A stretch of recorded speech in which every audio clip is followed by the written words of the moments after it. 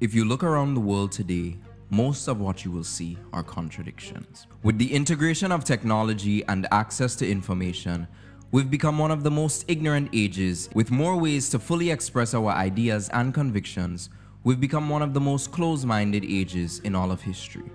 And to top it off, despite every one of the giants that have come before us telling us how we have complete agency over our emotions and reactions, we remain paralyzed by fear.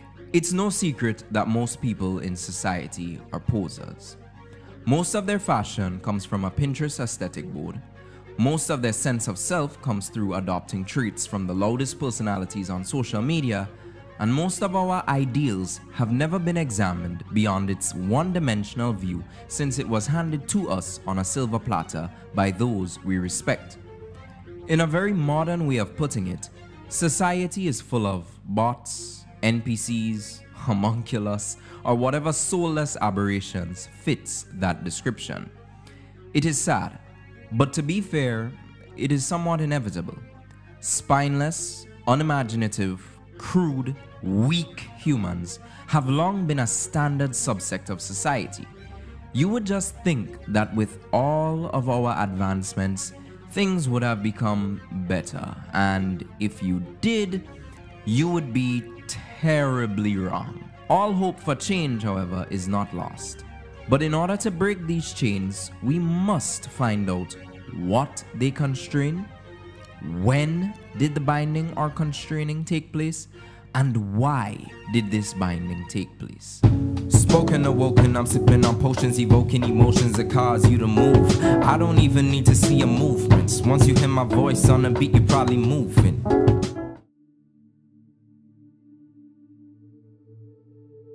Most men die at 25 and are not buried until they turn 75. This is a quote commonly credited to Benjamin Franklin, one of the founding fathers of the United States of America. However, during my research for this video online, I could not find any substantive sources that support him having said that. Its origin is irrelevant in the long run, as the power behind the sentence rings more true in modern day society than ever before, and I think it's relevant to today's discussion. Now, the human mind is far more fertile, far more incredible and mysterious than the land, but it works the same way. It doesn't care what we plant. Success, failure. A concrete, worthwhile goal, or confusion. Misunderstanding, fear, anxiety, and so on. But what we plant, it must return to us. You see, the human mind is the last great unexplored continent on Earth. It contains riches beyond our wildest dreams. It will return anything we want to plant. What is man if not a thought? We have often heard over and over again that we become what we think about. With this in mind, new perspectives flourish. Uncertain events are not scary, but we choose to feel scared by a lack of information. The person who says, "I cannot," has already admitted to himself that he is not. Let's say our boss acknowledges us in front of the whole office, and then we feel obligated to be filled with joy. You know what happens? We completely ignore the stress that they cause us on a day-to-day basis, and guess what? We delay the real conversations we should be having with them.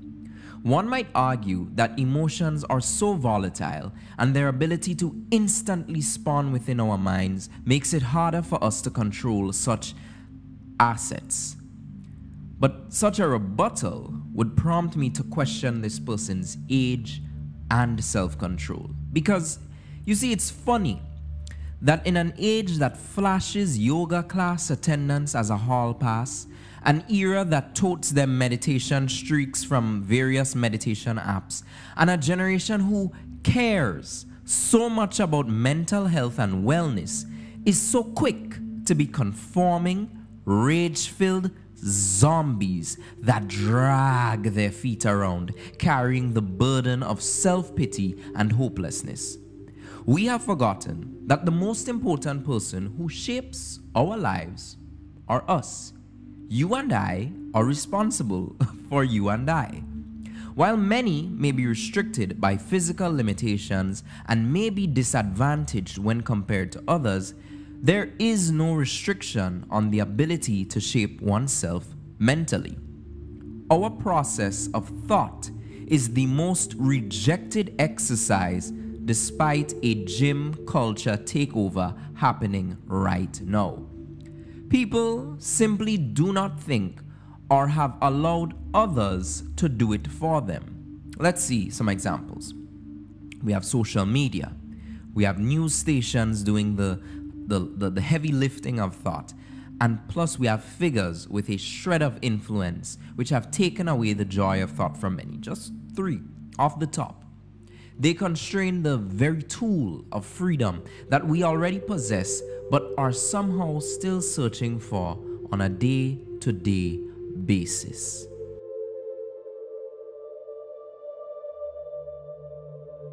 How does one explain the mistakes of humans in the Old Testament returning to sin despite the presence of God being clearly seen and felt? How can one explain the ignorance towards minority races throughout history despite similarities between us all being crystal clear? You see, the binding of the mind is an event, and it is one that possibly takes place from our very birth. However, I believe it begins during the period when we abandon our childlike wonder towards the world. A philosopher's role is to question a multitude of things and then discern answers from their thinking. They will ask and ponder a great many questions throughout their lifetime, but most of them will never ask more questions than a child. Can we then infer that the natural state of a human being is wonder? Children are not taught to be inquisitive. They just are. From the time we are able to properly communicate in our environment, we question it. We want to know why it works like this, why it is not done differently, who made it like this, when did it come like this, and the list goes on. Our desire, in my opinion, for a mental image within ourselves is God-given. It has to be. A child acts and is then scolded based on outcomes and results.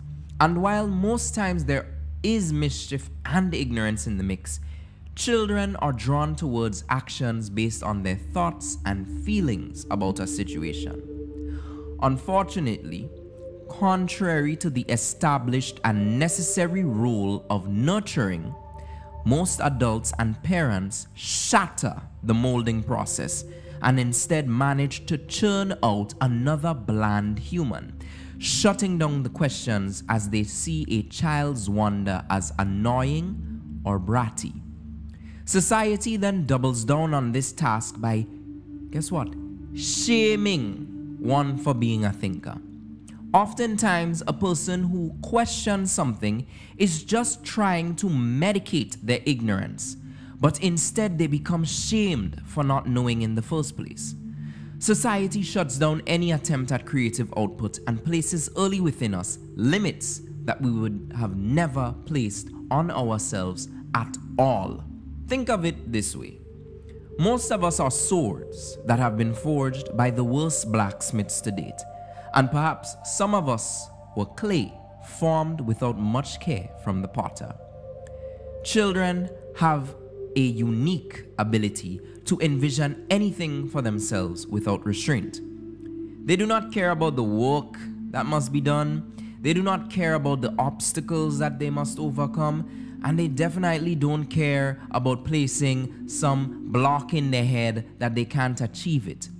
Their understanding of the image they see is enough drive and is all they ever need.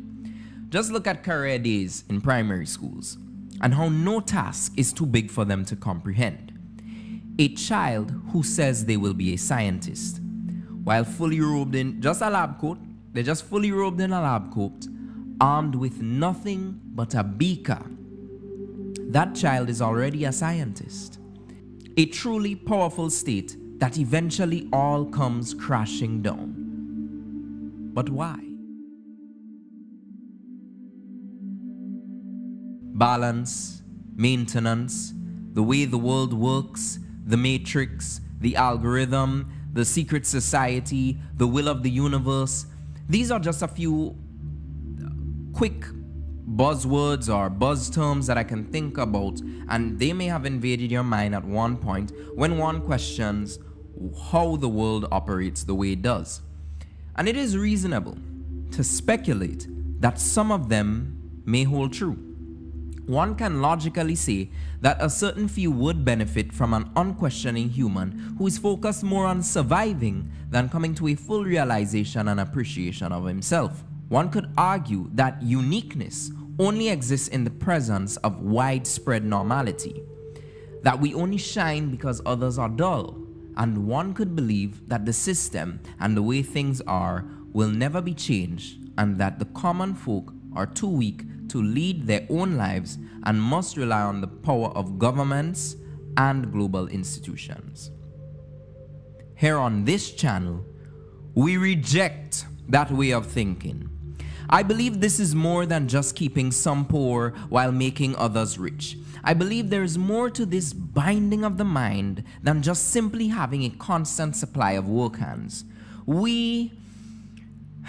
Well, to get a little crazy here, but we fight on what I believe to be three planes of existence: the physical realm, the realm of ideas, and the spiritual realm.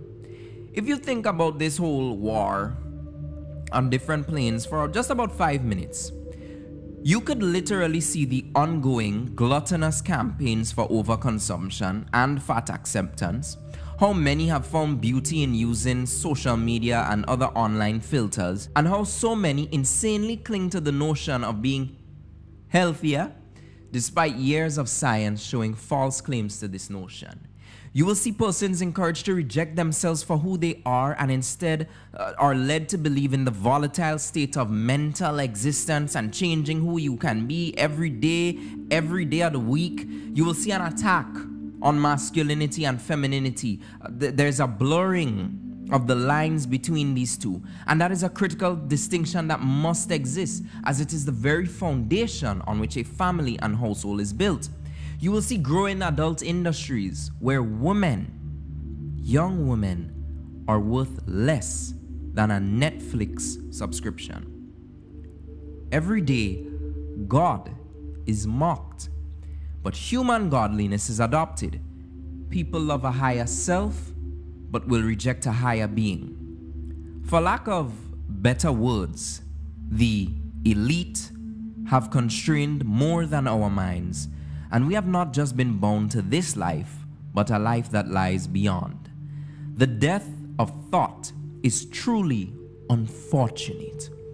Without the mind as our middle interceptor, we do not shape ourselves physically, or rather we cannot shape ourselves physically, and spiritually we are broken and will remain broken.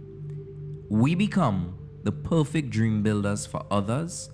We become the perfect laborers, and most importantly, become the best consumers. It is reversible by reclaiming agency of your mind. Be as a child, critical of how the world works, questioning everything until you fully understand it from your perspective and not solely the perspective of others. Perhaps if we were to adopt this, if we were just to practice this, we might see the miraculous resurrection of thought